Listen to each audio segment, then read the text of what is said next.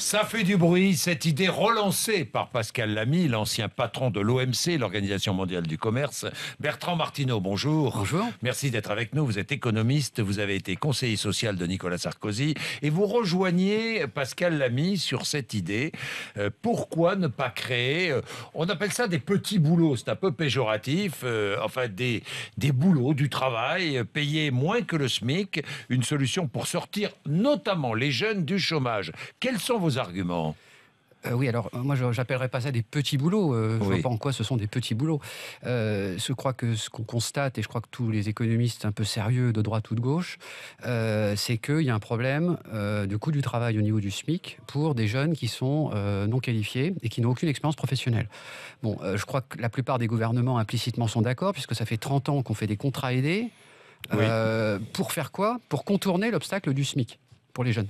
Donc tout le monde est d'accord, il y a un problème. Donc la question est de savoir si on arrive à en parler de manière sereine et dépassionnée dans ce pays, ou si c'est pas possible et qu'on reste dans l'invective et dans l'idéologie et les malentendus. Mais alors quelle est l'idée ? L'idée, c'est simple, c'est de considérer que le niveau du SMIC en France, donc chargé, c'est-à-dire après cotisation sociale, est une barrière à l'entrée pour vraisemblablement quelques centaines de milliers de jeunes. C'est-à-dire qu'il y a quelques centaines de milliers de jeunes qui trouveraient du travail s'ils pouvaient être payés en dessous du SMIC. Potentiellement, voilà. Potentiellement. Voilà. Alors évidemment, la grande objection, et ça ne m'a quand même pas échappé, c'est que le SMIC, ce n'est pas qu'un coût du travail, c'est un élément de pouvoir d'achat.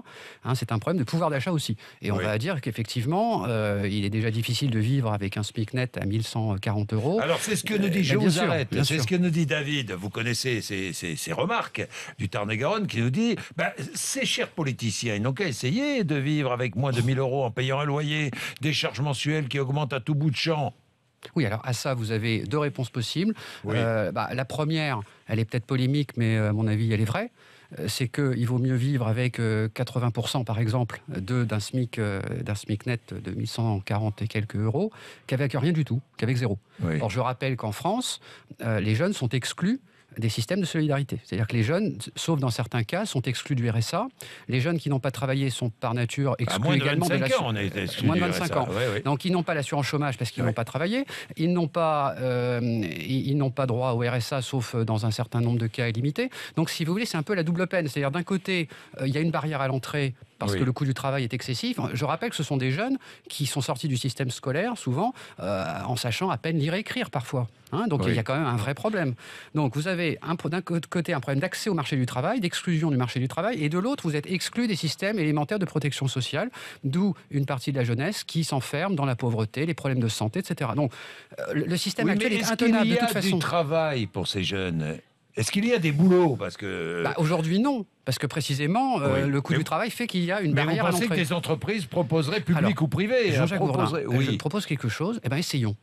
Expérimentons. Alors je sais que c'est quelque chose d'assez extraordinaire en France, mais moi je suis persuadé que décréter une mesure de ce type de Paris, de manière uniforme pour tout le monde, dans toutes les régions, on court à la catastrophe politiquement. Donc qu'est-ce qu'on peut faire ? Faisons-le sur quelques bassins d'emploi particulièrement sinistrés, une expérimentation, où le taux de chômage est à 40%. Faisons-le pendant 1 an ou 18 mois. Mettons quelques économistes et statisticiens sur le coup. On évalue, on regarde combien d'emplois ça a créé et ensuite on en discute. Voilà ce que je propose. Deuxième proposition, on ne le fait que sur des CDI. Parce que le deuxième problème des jeunes, ça ne vous a pas échappé, c'est aussi la précarité. La France est une des champions d'Europe de la précarité. Il y a 1 jeune sur 3 qui n'arrive pas à avoir un premier CDI avant 30 ans. Donc ce qu'on peut faire, c'est réserver ce SMIC dérogatoire uniquement dans les cas d'embauche en CDI. Donc vous troquez un salaire qui est un peu plus faible, mais au moins vous avez de la sécurité, la possibilité de vous former, parce qu'il est quand même beaucoup plus facile de former et de progresser quand vous êtes en CDI que quand vous êtes sur des petits boulots justement qui tournent rapidement. Et donc vous pouvez essayer de mettre comme ça des jeunes le pied à l'étrier.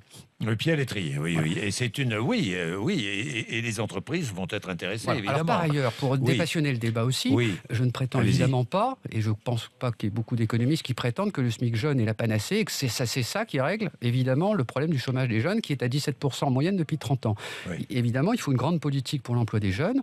Le SMIC jeune, et le problème du SMIC pour les jeunes est un verrou qu'il faut faire sauter, mais bien entendu, ça ne remplace pas une politique de l'apprentissage, un service public de l'emploi des jeunes plus efficace, ça existe en Allemagne, de l'orientation. Ce système, et il est efficace ? Lequel ? Ce système de travail payé moins. Vous remarquez, il n'y a pas de SMIC en Allemagne jusqu'à maintenant.